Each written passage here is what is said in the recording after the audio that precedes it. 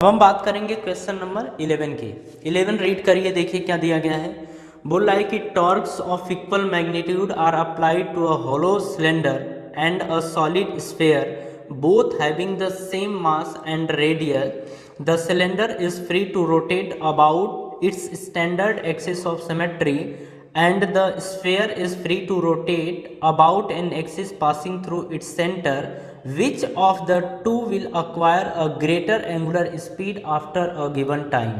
ठीक है, बोल रहा है ये कि देखिए एक तो दिया गया है आपको होलो सिलेंडर, ठीक है, ये होलो सिलेंडर है और ये दिया गया है सॉलिड स्फीयर।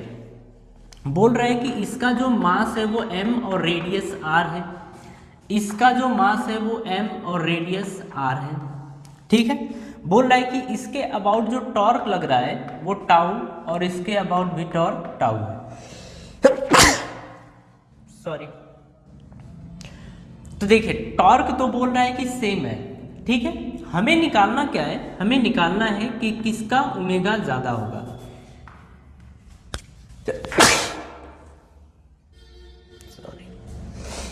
हमें निकालना है कि किसका ओमेगा ज़्यादा होगा, ठीक है।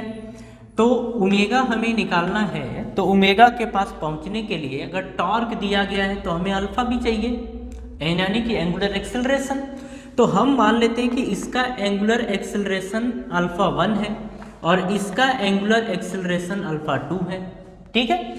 अच्छा, इसके एक्सिस के अबाउट बोल रहा है कि मोमेंट ऑफ इनर्शिया, तो इसके एक्सिस के अबाउट मोमेंट ऑफ इनर्शिया जो होगा वो होगा mr² के बराबर, क्योंकि ये होलो सिलेंडर है और होलो सिलेंडर एक रिंग की तरह होता है, तो उसका जो मोमेंट ऑफ इनर्शिया आता है वो mr² के बराबर आता है, ठीक है। बोल रहा है कि दोनों का टाउ सेम है, मतलब टाउ ये हम बोले कि tau 1 is equal to tau 2, ये गिवन है, ठीक है। अच्छा देखिए टाउ इज इक्वल टू होता है आई अल्फा, तो हम बोलते रहे कि यहाँ का मोमेंट ऑफ इनर्शिया I1 और यहाँ का एंगुलर एक्सेलरेशन अल्फा 1 है और यहाँ का I2 और ये अल्फा 2 है, ठीक है, ये चीज़ है। तो I1 की वैल्यू होगी mr², ठीक है, अल्फा 1 ये आ जाएगा, इज इक्वल टू ये सॉलिड स्फीयर है तो इसका मोमेंट ऑफ इनर्शिया आता है 2/5 mr² के बराबर, ठीक है, ये आता है।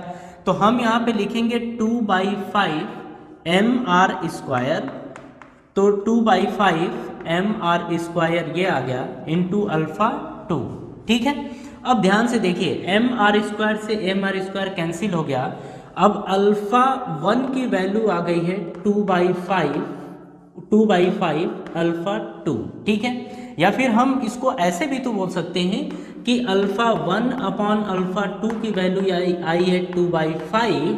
अच्छा 2/5 आने का मतलब क्या है कि ये अपॉन ये में से हम ये बोल सकते हैं कि इसकी वैल्यू छोटी और इसकी वैल्यू बड़ी है, ठीक है। अच्छा इसको समझने के लिए हम दूसरे तरीके से समझ सकते हैं ये कि जो अल्फा 1 की वैल्यू है वो एक्चुअल में है 0.4 अल्फा 2। तो जब ऐसा रिलेशन आता है तो हम ये समझ देते हैं कि जो अल्फा 1 की वैल्यू है वो 1 से छोटी है, क्योंकि 0.4 अल्फा 2 है, अल्फा 2 का 0.4 मतलब टाइम्स है, ठीक है। ऐसे तो हम यहाँ पे क्या बोलने वाले हैं कि जो अल्फा 1 की वैल्यू है वो अल्फा 2 से छोटी है, ठीक है, ये होता है। तो अब देखिए हमें ओमेगा देखना है, ठीक है। तो ओमेगा इज इक्वल्स टू होता है omega naught plus alpha T, ठीक है। ओमेगा नॉट की वैल्यू हम 0 ले लेते हैं, हम ये मान लेते हैं कि शुरुआत में एंगुलर स्पीड 0 था, ठीक है। ओमेगा इज इक्वल्स टू आ जाएगा अल्फा टी। अच्छा टी यहाँ पे सेम है, सेम का मतलब अपन बोल सकते हैं कांस्टेंट है, ठीक है। तो ओमेगा डायरेक्टली प्रोपोर्शनल टू आ जाएगा अल्फा के बराबर। तो हम ऐसे समझेंगे कि जिसका अल्फा ज़्यादा होगा उसका एंगुलर स्पीड भी ज़्यादा होगा, ठीक है। और हम यहाँ पे क्या देख रहे हैं कि अल्फा 2 की वैल्यू ज़्यादा है अल्फा 1 से, तो हम यहाँ पे ये मान लें कि इसका जो एंगुलर स्पीड है ओमेगा 1 और इसकी जो एंगुलर स्पीड है ओमेगा 2 है, ठीक है।